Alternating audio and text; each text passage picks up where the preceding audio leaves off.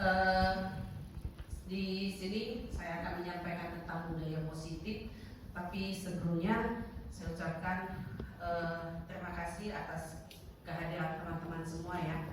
Assalamualaikum warahmatullahi wabarakatuh. Waalaikumsalam warahmatullahi wabarakatuh. Om Swastiastu, Namo Buddhaya, salam kebaikan. Baik teman-teman semua, rekan guru. Di sini saya akan menyampaikan tentang budaya positif. Nah, budaya positif ini merupakan salah satu tugas aksi nyata yang harus kami lakukan untuk pembelajaran berikutnya. Budaya positif itu diantaranya adalah yang pertama disiplin positif, yang kedua disiplin dan hukuman, ketiga kesepakatan kelas, keempat adalah 5 posisi kontrol, dan kelima adalah segitiga restitusi. Semua ini akan saya jabarkan satu persatu sesuai dengan urutannya. Yang pertama itu adalah disiplin positif. Apa kriterianya disiplin positif itu? Karena selama ini kita selalu mengakukan bahwa kamu harus disiplin, gitu ya, menyampaikan ke anak. Tetapi kita terkadang tidak tahu arti disiplin itu apa. Nah, sekarang saya jabarkan bahwa disiplin positif adalah sebuah pendekatan yang dirancang untuk mengembangkan murid menjadi pribadi dan anggota dari komunitas yang bertanggung jawab penuh, kemudian penuh hormat dan kritis. Artinya itu disiplin. Berarti kita itu mengembangkan anak kita yang tadinya tidak memiliki disiplin yang positif, artinya kita arahkan mereka ke yang lebih baik lagi. Terus bagaimana mereka bertanggung jawab terhadap dirinya dulu. Kemudian bagaimana dia bisa menghargai atau menghormati orang lain. Kemudian bagaimana dia akan berpikir kritis. Itu yang namanya disiplin positif. Kemudian apa tujuannya? Tujuan dari disiplin positif yaitu membangun kekuatan peserta didik daripada kita mengkritik kelemahannya. Kemudian kita menggunakan kekuatan positif tersebut untuk mempromosikan perilakunya yang baik. Artinya seperti ini. Biasanya setiap anak melakukan kesalahan, kita selalu mengkritik atau menjudge-nya bahwa dia adalah anak yang bersalah. Tetapi di sini tidak boleh lagi yang seperti itu. Jadi kita mengubah mindset kita bahwa anak itu tidak boleh lagi dihardik, tidak boleh lagi dijudge bahwa dia adalah salah. Tapi bagaimana caranya kita merangkul anak itu menjadi ke arah perilaku yang lebih baik lagi. Nah, seperti itu. Karena pembelajaran yang kita lakukan biasanya tanpa kita sadari, ya kan? Kita adalah seorang guru yang harus dihargai anak, harus dihormati anak, kemudian anak harus mendengar kita. Sekarang tidak seperti itu. Bagaimana kita berkolaborasi dengan anak? Jadi kalau anak melakukan kesalahan, itu bukan artinya kita judge bahwa dia salah, tetapi bagaimana kita mengungkapkan kenapa dia melakukan seperti itu. Maka lambat laun dengan kelembutan kita, dengan kebaikan hati kita, kemudian dengan kasih sayang kita, maka anak itu akan menyadari sendiri, oh ternyata yang saya lakukan ini salah. Jadi bagaimana saya mengubah menjadi perilaku yang lebih baik lagi. Nah, seperti itu. Kemudian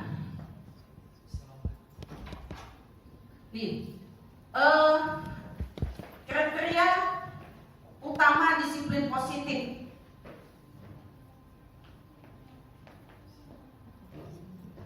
Tunggu sebentar.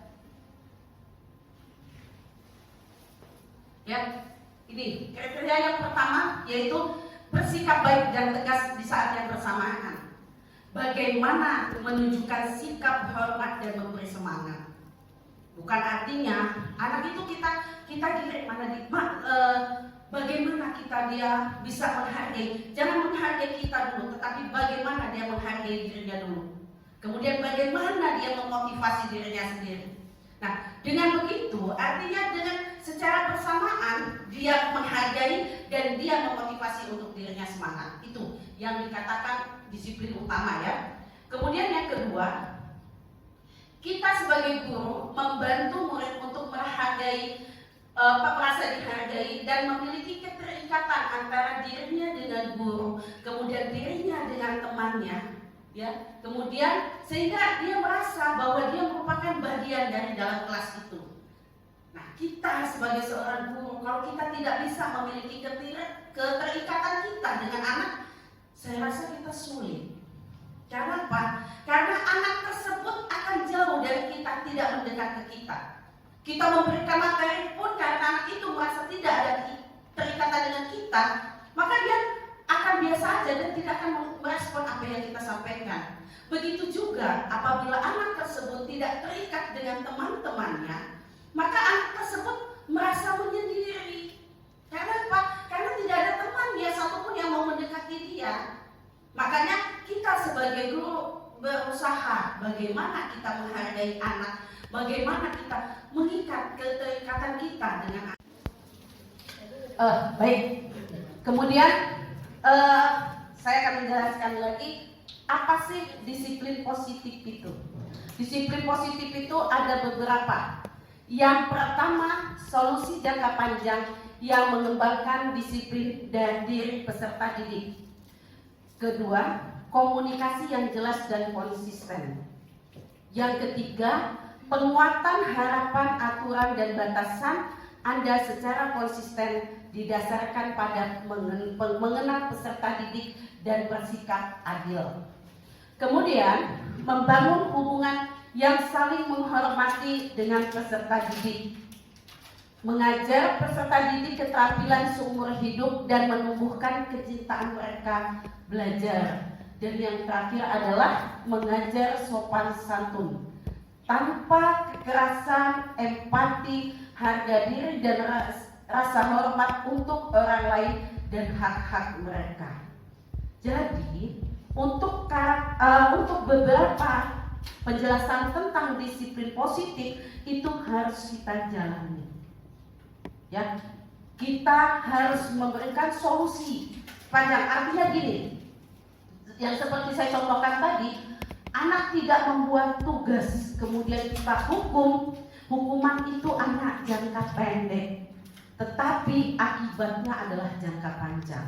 Jadi kita menghilangkan yang bentuk hukuman seperti itu. Jadi anak itu bisa kita tanyakan atau kita menanyakan identitas. Identitas itu bukan menanyakan nama dan sebagainya ya, tetapi kita akan menanyakan menstabilkan identitas dia. Kita bisa menanyakan dia, kenapa dia tidak membuat tugas? Harus kita dengarkan alasannya. Kan biasanya ada anak yang sepulang sekolah harus membantu orang tua.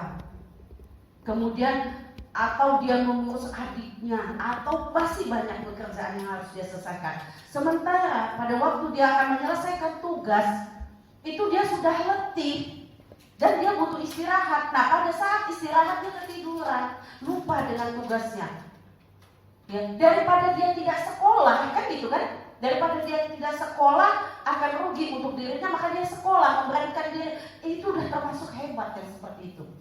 Karena apa? Dia sudah siap menanggung resiko apapun. Jadi bagaimana kita memperlakukan anak itu menjadi anak yang tidak mendapat hukuman, tetapi kebijakan kita adalah bukan berarti kita tidak bersikap adil terhadap teman-temannya, tetapi kita harus mensikapi hal yang seperti ini dengan baik.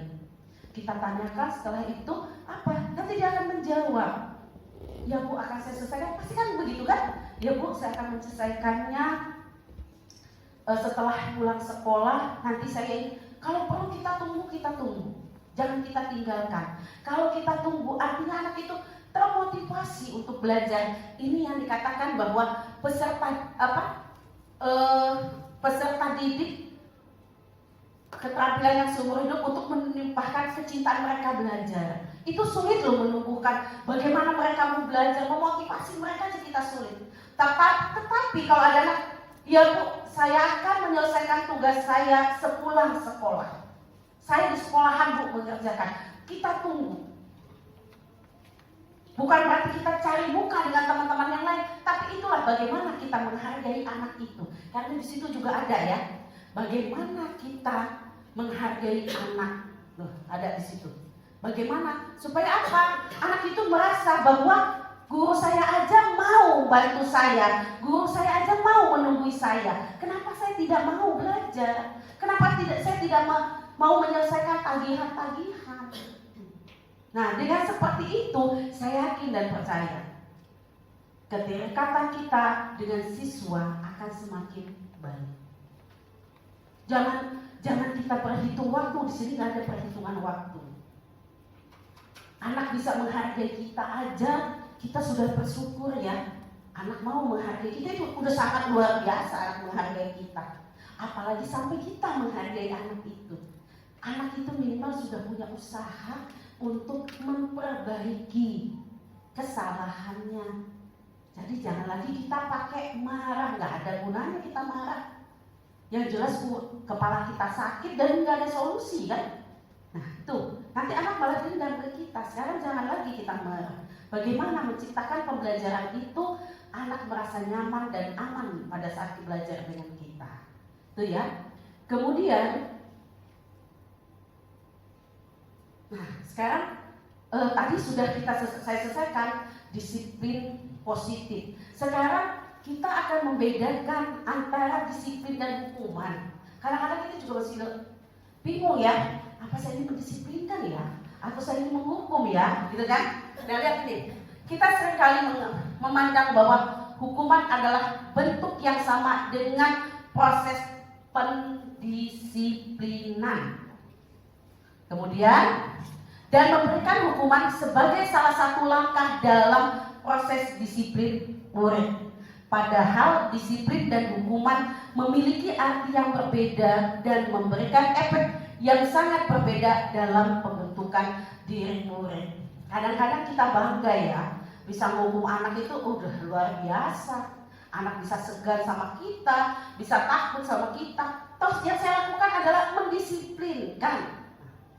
Sementara itu bukan hukuman yang kita berikan, itu bukan mendisiplinkan, tapi akan membuat anak itu semakin takut dan tidak akan pernah dekat dengan kita. Itu kalau kita menghukum ya. Kemudian ini ada pengertiannya. Disiplin dan hukuman adalah dua hal yang berbeda. Kalau disiplin itu merujuk pada praktik mengajar atau melatih seseorang untuk mematuhi peraturan atau perilaku dalam jangka panjang dan jangka pendek. Kemudian kalau hukuman itu mengendalikan perilaku murid, sehingga disiplin dimaksudkan untuk mengembangkan perilaku para murid tersebut untuk mengajarkan murid tentang kontrol dan kepercayaan diri dengan berfokus pada apa yang mampu mereka pelajari. Nah sekarang itu pengertian disiplin dan hukuman. Jadi kita sudah tahu, oh ternyata apa yang kita lakukan, ya, hukuman yang kita berikan itu bukan mendisiplinkan anak, tetapi akan membuat anak itu semakin tidak mau dekat kita. Maka yang disiplin itu adalah apa? Kita mengajarkan anak itu, gitu loh. Mengajarkan anak itu untuk apa? Untuk mematuhi aturan yang sudah kita buat atau kita sepakati bersama. Yang sudah saya jelaskan adalah tentang disiplin positif. Sekarang saya akan menjelaskan kesepakatan kelas. Nah sekarang kesepakatan kelas itu kita buat berdasarkan catatan-catatan dari anak-anak. Nah kesepakatan kelas itu juga sebenarnya adalah keyakinan kelas. Jadi anak yang akan menuliskan. Lihat, nanti kan gini, kesepakatan kelas itu adalah salah satu langkah dalam menerapkan budaya disiplin positif, yaitu membentuk lingkungan kelas yang mendukung terciptanya budaya positif, yaitu menyusun kesepakatan kelas. Kesepakatan kelas yang efektif itu membantu dalam pembentukan budaya disiplin positif di kelas yang akan membuat proses belajar mengajar di kelas itu akan lebih mudah dan tidak menekan. Biasanya seperti ini. Saya sebelum ajaran baru tahun kemarin ya, saya membuat kesepakatan dengan anak-anak terlebih dahulu. Oke, silakan kalian tuliskan apa kesepakatan kelas akan kita terapkan dari yang mulai hari ini sampai dengan nanti selesai kamu di kelas 11. Warnanya nulis, Bu, tidak bermain handphone saat pembelajaran. Tulis, dia bilang. Bu, tidak boleh terlambat. Oke. Bu, kita saling menghargai ya Bu ya, saling ini dan sebagainya. Anak akan mengungkapkan dengan lancar. Oke, kesepakatan kelas itu kamu tulis. Ya, ketulis, kemudian nanti setiap ibu akan mengajar, ibu akan sampaikan beberapa saja hal yang penting buat kita. Jadi kalau setiap saya mengajar, karena sudah ada kesepakatan kelas, ya Nak, kesepakatan kelas kita yang pertama apa? Handphone Bu, ya, handphone semua di silent. Kalau perlu handphone itu kumpulkan di meja. Saya selalu, Nak, hari ini kita tidak menggunakan handphone, jadi handphonemu silakan letakkan di meja saya. Saya juga nih ya Nak, saya juga kasih contoh. Ini Nak, handphone ibu saya letakkan saya juga di sini Nak. Jadi kita sama-sama. Ya Bu, di ini ya, tak usah dimatikan di silent aja. Udah, anak akan mengumpulkan dengan cepat. Kemudian ada kesepakatan lagi bahwa datang tepat waktu, tidak lagi ada terlambat. Jadi kalau pelajaran saya, anak-anak itu akan berlari-lari cepat, siapa cepat, kan gitu. Kalau saya sudah melangkah masuk kelas, mereka terlambat, mereka diam di luar. Sementara diam di luar dulu. Karena apa? Kita kan ada pendisiplinan, bukan kita menghukum ya. Nanti kita tanya, kenapa kamu terlambat? Oh saya karena begini Bu, alasannya panjang. Bisa nggak pembelajaran saya berikutnya kamu tidak datang terlambat? Kita kasih solusi seperti itu. Saya bisa Bu. Ingat ya, punya keyakinan kelas kan? Ya, kesepakatan kelas kita ya. Ya. Kemudian apa? Saya selalu mengajarkan anak-anak bagaimana menghargai dan menghormati orang lain.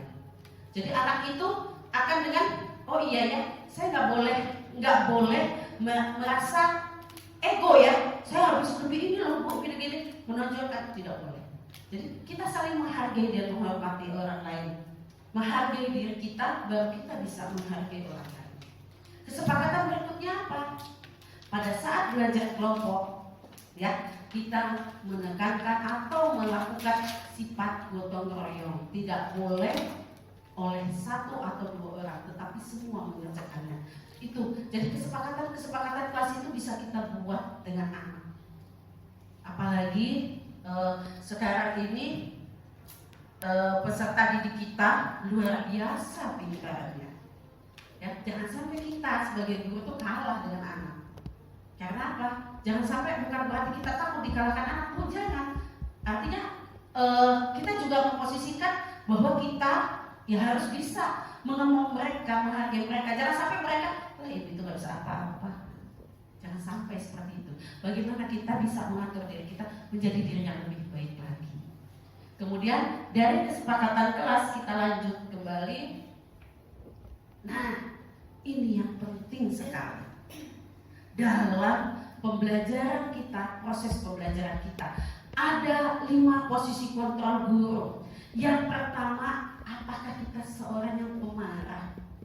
Apakah kita sebagai orang yang senang sekali membuat rasa bersalah? Apakah kita bisa dijadikan teman oleh siswa kan itu?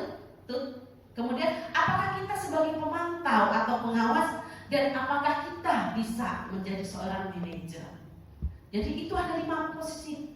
Kalau saya memilih yang kelima. Karena apa? Saya sebagai manajer. Saya tidak mau sebagai penghukum. Karena apa? Kita penghukum lihat. Tindakan dilakukan seorang penghukum yaitu memarahi, mengkritik, menyakiti, melakukan tindak kekerasan. Kemudian apa yang perkataan yang sering kita ucapkan kan? Kalau kamu tahu gitu, bapakmu, kalau kamu seperti ini, kan? Bagaimana kalau bapak ibumu tahu? Gaya kita kan gitu.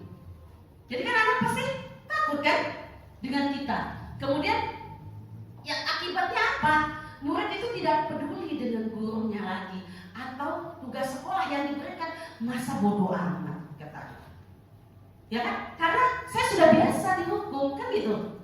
Saya sudah biasa dimarah. Kemudian apa pola perilaku yang seperti itu apa? Perilaku melanggar yang berulang sebagai bentuknya. Pernah kita lihat seperti itu ya? Jadi kita marahin sekali, nggak juga berubah. Marahin terus sampai kita akhirnya apa? Bosan sendiri marahin anak. Karena anak itu akan terus berulang melakukan hal yang sama. Kemudian ada lagi guru kedua, yaitu pembuat rasa bersalah. Yang pertama, mendiamkan siswa. Dan kalau kalian mau pelajaran saya, dan silakan kalian belajar sendiri. Gurunya diem aja, diem, nggak ngomong sama sekali. Ya, timbulnya apa? Anak merasa bersalah nggak? Kenapa ya ibu itu ya? Kok ini itu yuk, pusing pikiran kita banyak ya. Nah itu. Kemudian apa perkataan ini? Bapak ibu kecewa sama kalian. Pasti gitu kan? Kemudian akibatnya apa? Murid tidak peduli juga dengan kita. Kan kasihan kitanya ya. Udah nggak kita sebagai pembuat rasa bersalah, akhirnya kita yang merasa bersalah kan terbalik. Nah seperti itu yang nggak ini kan. Kemudian apa? Kalau anak kita perlakukan supaya dia selalu merasa bersalah sama kita, pola perilakunya akan merasa rendah diri, kurang percaya, terus cemas, terus kemudian khawatir yang berlebihan. Kalau saya melakukan ini nanti saya begini lagi. Nah itu akan terbayang seperti itu.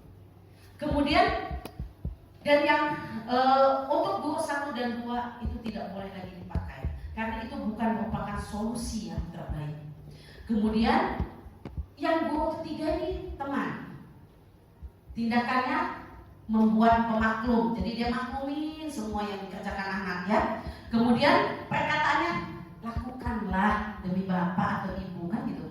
Lakukanlah nak untuk ibu aja kan gitu. Kan pasti anak itu iya ya bu gitu kan pasti kan. Nggak akan dia menyambut dengan respon yang baik. Kemudian akibatnya apa? Sama murid guru juga tidak akan siswa juga nggak akan peduli orang dimaklumin terus katanya kan. Saya selalu dimaklumin, jadi buat apa saya menyelesaikan tugasnya kan gitu. Kemudian pola perilakunya apa? Menjadi lemah. Terus dia cenderung tergantung untuk menunggu kita. Dan ini bukan merupakan solusi yang terbaik. Kemudian ada lagi guru sebagai pemantau atau pengawas. Kemudian dia selalu sibuk mencatat tindakan yang dilakukan anak. Oh anak ini melakukan ini, besok ini lagi. Dia akan ada catatan-catatan. Kemudian perkataannya apa? Kamu sudah tahu kan aturan sekolah? Seperti itu kan? Pasti akan menjawab yang lain kan? Kemudian akibatnya apa? Murid mempertanyakan konsekuensi dari perbuatan itu apa. Kalau saya melakukan ini, terus konsekuensi saya apa? Katanya kan? Nah itu. Kemudian apa? Pola perilakunya apa? Dia pasti akan berorientasi pada ganjaran atau somokan. Ganjaran artinya dia akan selalu menerima hukuman. Ganjaran itu hukuman dari perbuatan dia. Kemudian ini guru yang diidam-idamkan anak, yaitu sebagai manajer. Yaitu apa? Guru akan tindakannya bertanya dan membuat kesepakatan. Kemudian perkataannya, apa sebenarnya harapanmu? Andaikan anak itu sudah melakukan kesalahan, dan harapannya apa? Pasti dia, baik bu, saya akan memperbaiki kesalahan saya. Itu harapannya ya. Kemudian akibatnya apa? Apa yang bisa saya lakukan untuk memperbaikinya? Kan itu. Dia nanti akan mencari solusi dia untuk diri sendiri. Dan dengan seperti itu dia akan mendapat jawabannya. Kemudian pola perilakunya adalah akan dengan cara kita sebagai manajer, maka akan menimbulkan pola disiplin dari diri anak itu sendiri. Nah, dia akan melakukan terapan-terapannya seperti itu. Kemudian ada satu lagi, yaitu segitiga restitusi. Segitiga restitusi ini kaitannya dengan 5 itu ya, posisi kontrol seorang guru. Oke, baik. Tadi sudah saya jelaskan tentang 5 posisi kontrol dan segitiga restitusi. Nah ini contoh video bagaimana kalau anak kita tidak membuat tugas di rumah. Jadi kita harus mendengarkan alasannya, kemudian memberikan keyakinannya, apa keyakinannya dia belajar dan sebagainya. Silakan dilihat dulu tayangan berikut ya. Nafisa sedang mengerjakan apa nak? Nah ini yang dikatakan menstabilkan identitas. Nafisa tidak mengerjakan matematika. Iya Bu, saya coba. Silakan berdiri dulu Nafisa. Nafisa, Nafisa tidak mengerjakan matematika tidak apa-apa Nak. Karena ada temanmu juga yang beberapa waktu tidak mengerjakan matematika, ya kan? Iya Bu. Nafisa sudah melakukan Ini kesalahan. yang namanya validasi tindakan yang sama. Jadi kita menanyakan dengan siswa terlebih dahulu. Saya tidak sempat mengerjakan matematika Bu. Oh, Bu, berarti Nafisa kelelahan dan tidur ya. Sekarang Ibu tanya, apakah Nafisa menjadi terlambat di sekolah, Nak? Iya Bu, tapi hari ini saya tidak terlambat Bu datang ke sekolah. Nafisa hari ini sudah melakukan hal yang baik. Ini menanyakan keyakinan terhadap anak. Kesalahan yang Nafisa lakukan, Ibu mau tanya, apakah Nafisa melanggar keyakinan atau keyakinan kelas atau tidak? Iya Bu, saya melanggar keyakinan kelas. Sekarang Ibu tanya, keyakinan kelas apa yang sudah Nafisa langgar? Saya telah melanggar keyakinan kelas yaitu sikap bertanggung jawab Bu. Nah, sekarang Ibu mau tanya, apakah penting sikap tanggung jawab tersebut atau tidak? Sikap tanggung jawab itu sangat penting Bu. Nah, kalau Nafisa tahu bahwa sikap tanggung jawab itu penting, sekarang apa yang Nafisa akan lakukan untuk memperbaiki kesalahan tersebut? Lain kali saya akan mengerjakan PR jauh-jauh hari sebelum waktu belajar Bu. Oke, baik. Nafisa akan berusaha untuk memperbaikinya ya. Sekarang apabila Nafisa sudah memperbaikinya, Nafisa akan menjadi orang yang seperti apa? Kedepannya saya akan menjadi orang yang lebih baik dan akan lebih bertanggung jawab. Bagus. Artinya Nafisa akan melakukan perbaikannya, kemudian akan memperbaiki semua kesalahan tersebut. Dan sekarang silakan Nafisa dulu, kita lanjutkan pelajaran selanjutnya ya. Ya Bu, terima kasih.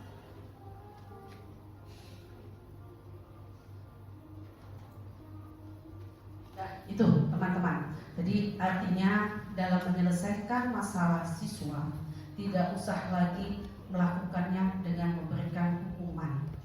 Karena yang sudah saya sampaikan bahwa hukuman itu tidak mendidik siswa, tetapi akan menimbulkan masalah ke depannya. Maka menyelesaikan masalah itu yang pertama bisa dengan menstabilkan identitasnya. Kemudian validasi yang salah itu apa, kan gitu. Kemudian meyakinkan dia. Dengan seperti itu, apabila kita lakukan, maka anak itu akan mencari solusi untuk dirinya sendiri. Ya, jadi sekarang kita memperbaiki ke depannya menjadi guru yang lebih baik lagi. Jadi jangan sama dengan sekarang, tetapi bagaimana caranya kita mengubah mindset kita yang sekarang adalah bagaimana kita menimbulkan budaya positif di dalam kelas.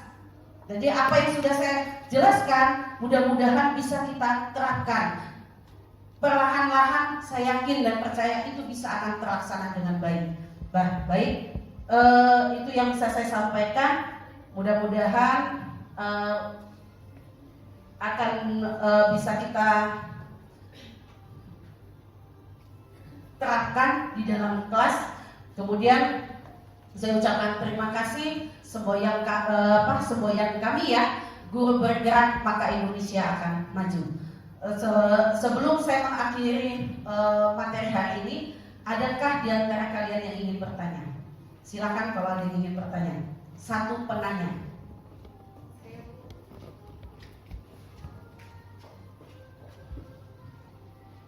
Baik, terima kasih waktunya Ibu Fatima.